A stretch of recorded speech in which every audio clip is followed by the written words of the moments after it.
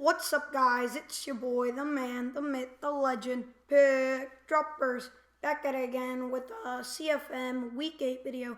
And this video, or Week 7 video, now I am the Pittsburgh Steelers and the computer raised the New England Patriots. You guys saw them first down, they actually chucked it up deep. I thought they had the catch. Luckily, I was able to knock it out with my users. And I make it into a fourth down. Now, I don't really want to talk about this upcoming week's game. I don't think the Steelers have any chance of winning, as you guys see by my thumbnail, and I don't have any faith in them. I have no faith in Landry Jones. I think the only way they'll have a chance of winning if they're able to play amazing on defense. They're definitely going to have to win the turnover battle. They're going to have to keep Tom Brady off the field. They're going to have to slow down the Patriots offense. They're going to have to make the Patriots offense have to settle for field goals. They're going to need to convert on third down. They're going to need to get the run game working. They're going to need so many things working. I mean, there's probably a better chance of all the planets aligning them than winning. I mean, I have no faith in them at all, especially since D'Angelo Williams is out, because I thought the only way they might have a chance of winning is if they run the ball a lot, but you can't just keep running it with Le'Veon. I mean, he's going to get tired, and the Steelers just aren't looking good. There's definitely going to be a good amount of trick plays. I don't know if New England's going to be aware of that, but I do know that they will have a lot of trick plays because they don't really want Landry Jones throwing the ball too much. Last year he came in for Big Ben, played really bad, and I just have no faith in Landry Jones, and I don't think the Steelers staff have too much faith in Landry Jones.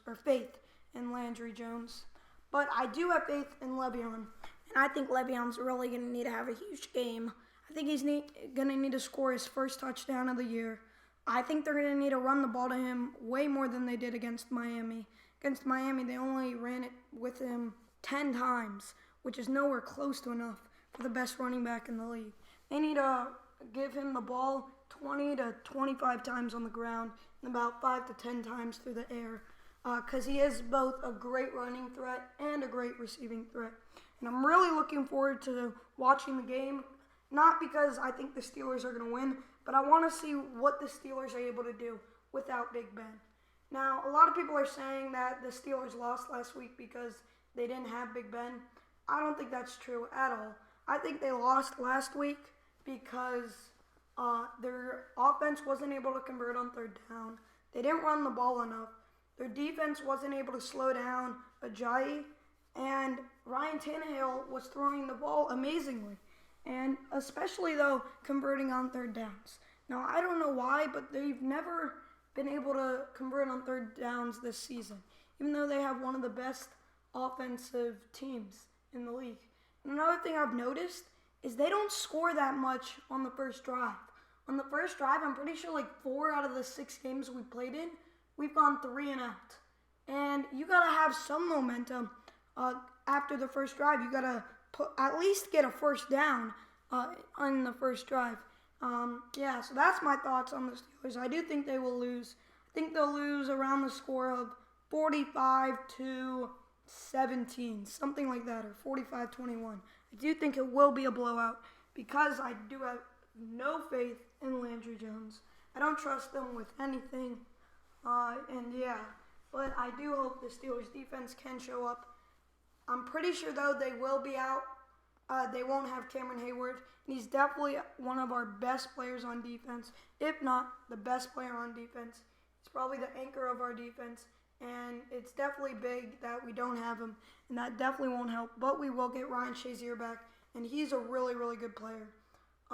So I do think the Steelers will lose, and I'm looking forward to next week because it is our bye week, and I really want Big Ben back because that's how our offense functions.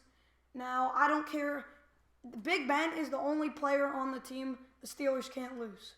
We can lose Antonio. We played without him last year in the playoffs against Denver, and I think we would have won if our running back didn't fumble in the fourth quarter because if you guys don't remember, we had momentum, we were winning, and we were driving. And Big Ben, even though people were saying Denver has an amazing pass defense, best pass defense of all time, I disagree with that so much because Big Ben was able to throw beautiful throws. He threw for over 300 yards against the Denver's defense twice, and one of the times he didn't have AB, and both the times he didn't have Le'Veon.